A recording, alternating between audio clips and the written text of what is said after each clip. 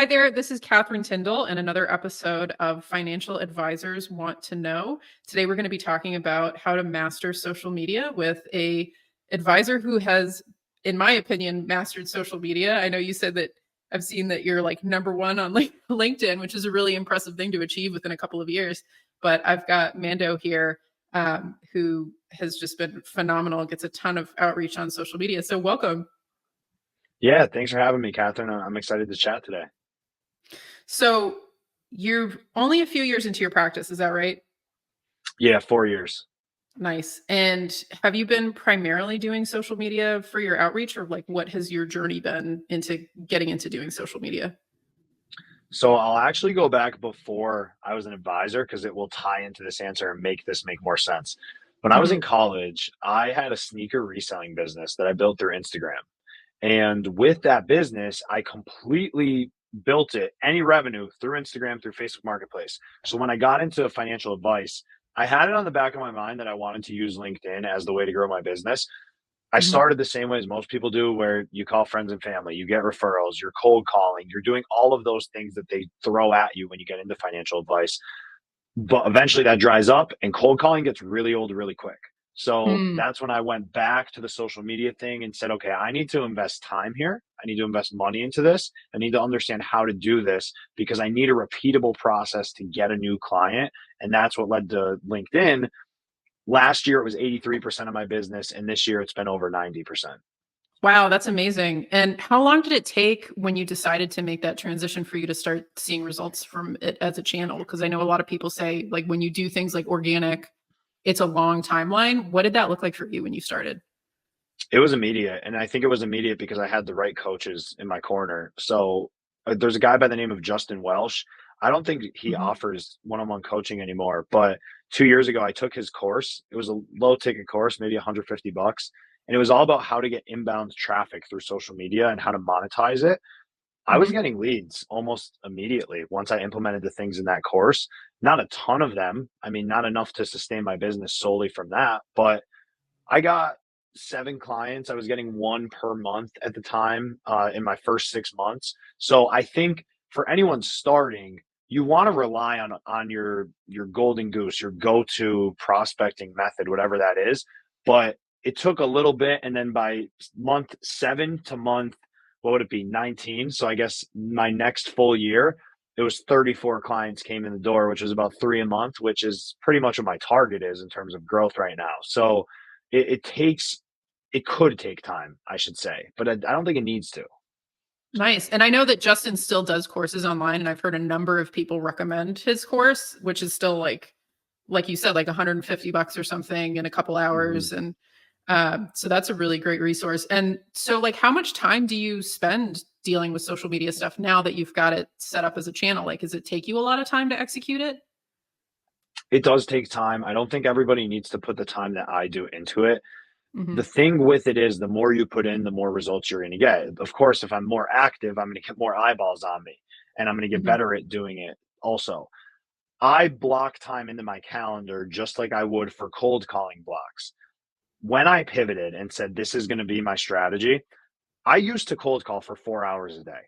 So for Mm. me, I said, all right, if I'm cold calling 4 hours a day, it was pretty much morning was cold calls, afternoons and evenings were meetings.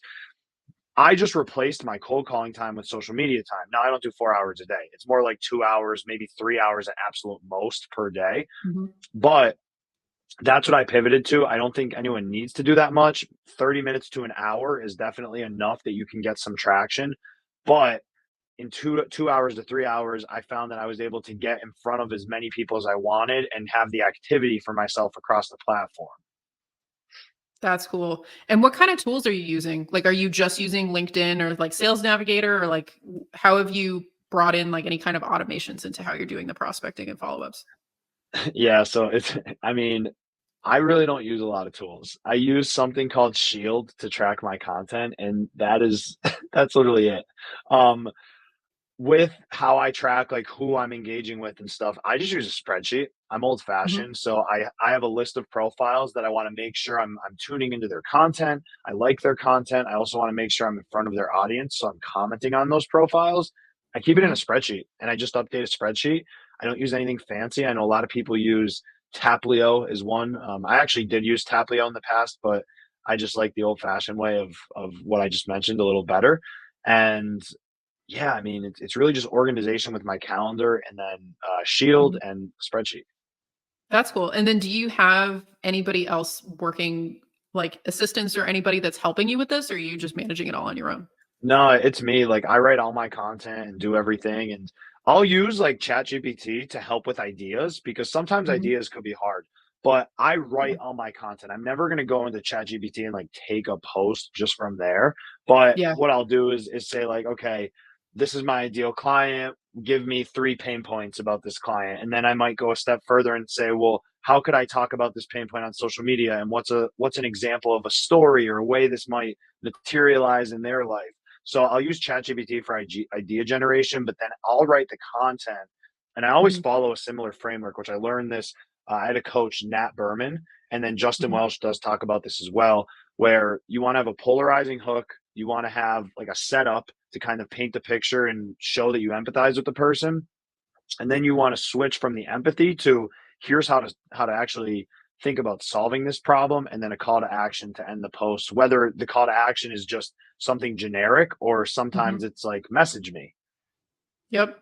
And so are you finding like, because I know for a lot of people that you can post this content and maybe some people interact with it. How have you been finding your way of getting from that stage of things to actually having active leads? Like, have you tuned the content enough that people are just inbound coming to you? Are you DMing people? Like, how do you actually move people kind of down the sales pipeline from the content? Eight, I'd say 80% of my leads come inbound, and it honestly Hmm. might even be higher than that. I think it's Hmm. because I've dialed in who I'm talking to very well. Mm. Something I see a lot of people make this mistake. They'll make content and they want it to be general because they want to get a lot of views and they want it to go Mm. viral.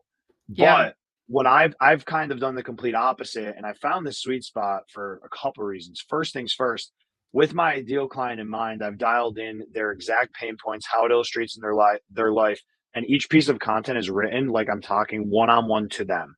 Hmm. Because if you're that client, you read that, you think I'm talking right to you, that's what gets you to reach out. And on top of that, it's almost uncomfortable to write this way, like it feels awkward. But Yeah. as the client, you need to feel the discomfort or the emotion that actually makes you take the action. Because if you don't feel that, why are you going to message Mando? Like you're not. You're Mhm. just not going to, right? And I tell advisors this, and they're like, well, I'm uncomfortable. Like that's like it makes me cringe a little bit. And I'm like, yeah, why do you think people are going to reach out? Because they're going to cringe a little bit. So Yeah.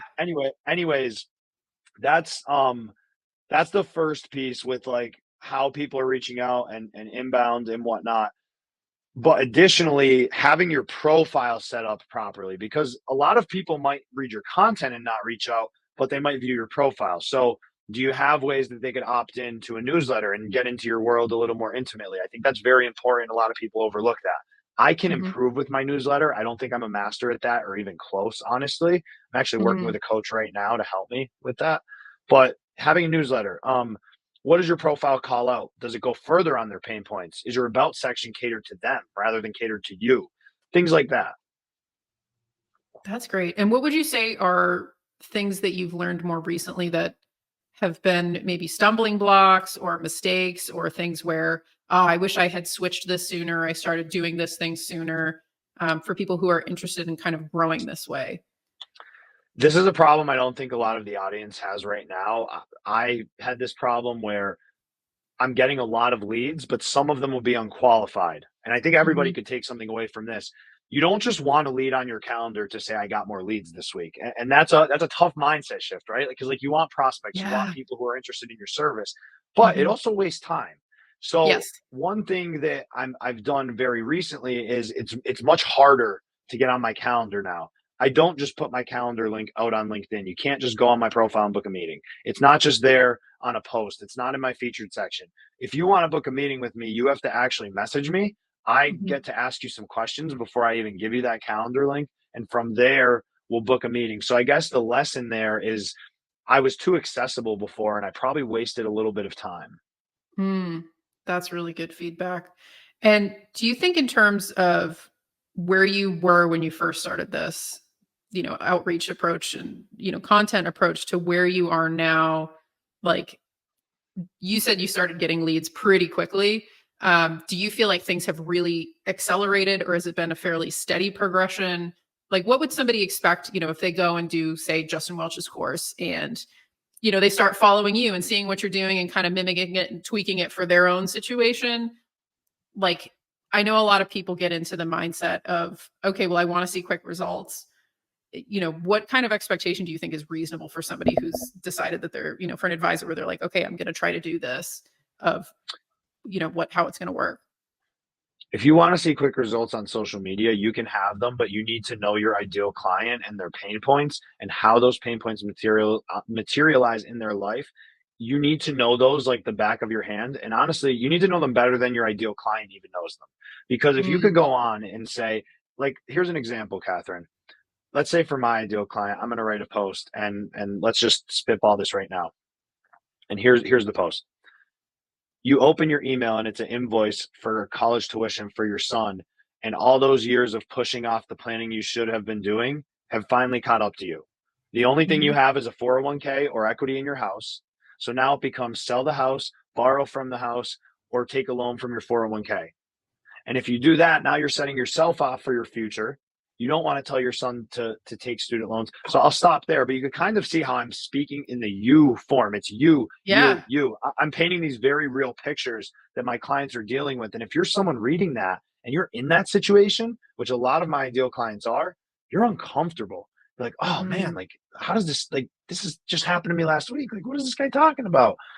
But that's where if you can get that granular and go that deep, you can get leads tomorrow. Literally, anybody. You don't need an audience. I have a lot of followers, and a lot is relative, right? Like 25,000. Like I'm grateful. Every single person, I'm so grateful. But still, when I had 3,000 followers, I was getting the leads because I was able to relate to the person I wanted to speak to. That's so great. And like you mentioned earlier, that's going to feel kind of awkward as an advisor doing that. Oh yeah, being that specific and calling that person out and calling that pain. That's really great. So in the last minute or so we've got here, is there anything else that we didn't hit that you would impart onto another advisor who's looking to grow on LinkedIn or just approach social media in general that you think just isn't out there already in the ecosystem of all the advice that floats around?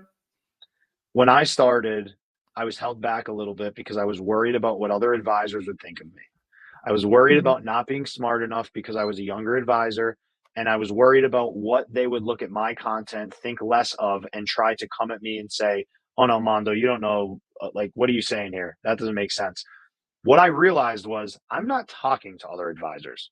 I'm talking to my ideal client. And my ideal client cares about some of these things that might be elementary to other advisors. So I will talk about those. And back to the point of talking to one person, I think this is the big lesson everyone can get. Talk to one person. Back to that. I'm talking to that person I want to book on my calendar, become a client, and be someone I work with for decades. And in talking to that tone, it's never going to speak to an advisor. So don't worry what other advisors say about you. That is really good. That is excellent feedback. Well, thank you so much for joining me today on this episode. I think there's so many great nuggets for people to take away.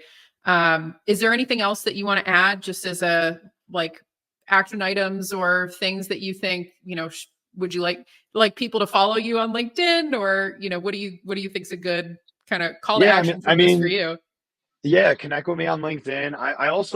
I don't really promote this, but I guess this is probably a good place to promote it. I do coaching with advisors. So if you do want to actually improve your social media and get your LinkedIn to the point you can get leads, and you don't want to have to spend time on courses and figuring out books and what actually works, I do coaching and I offer it to advisors, and it's a 3-call coaching program. So if you want to look into that, just reach out to me. Awesome. That's great. Well, thank you again for being on the show, and for everybody listening. I hope you got a lot of value out of this, and please comment on, wherever platform that you're finding this with what you got out of it, and ideas or things that you want to share with us, because I'm always interested to know, what financial advisors want to know. So thanks again for being on the show. I really appreciate it. Yeah. Thanks for having me.